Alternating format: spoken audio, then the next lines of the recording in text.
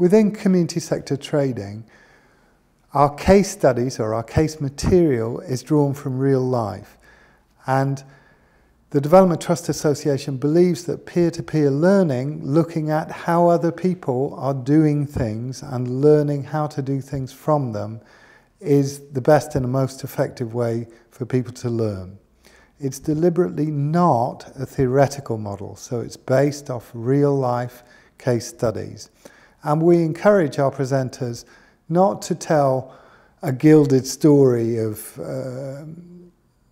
continuous progress, but to share warts and all and the problems that they had in terms of their journey towards the successful place that we hope all the organisations participating in community sector trading will eventually reach.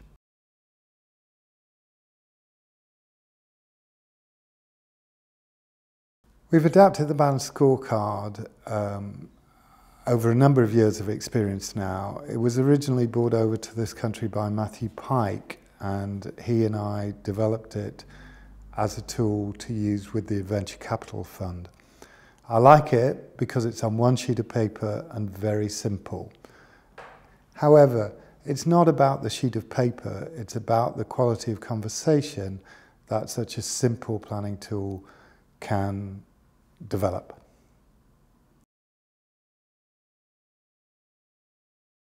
We use the balanced scorecard as an overarching strategic planning tool in order to help people get what we call investment ready. That is, able to sell their organisations to outside investors or stakeholders or grant givers, and clarity about the current operation of your business is an essential part of establishing your credibility as an organisation. You need to, for instance, to be on top of your numbers. There is no point in presenting your organisation unless you understand its financials. You need to be clear about the social outcomes that you're achieving, and you need to be clear about the business streams that are delivering those social outcomes. You clearly need to have an effective organisation. These are what we say are important parts of establishing your credibility.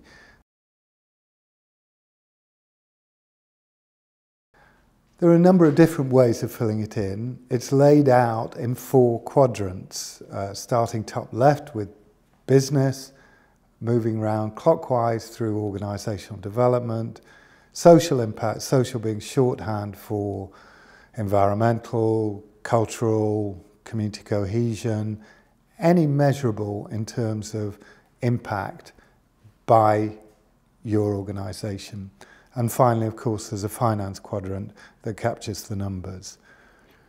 It's structured as a now, soon, later, so starting in the middle.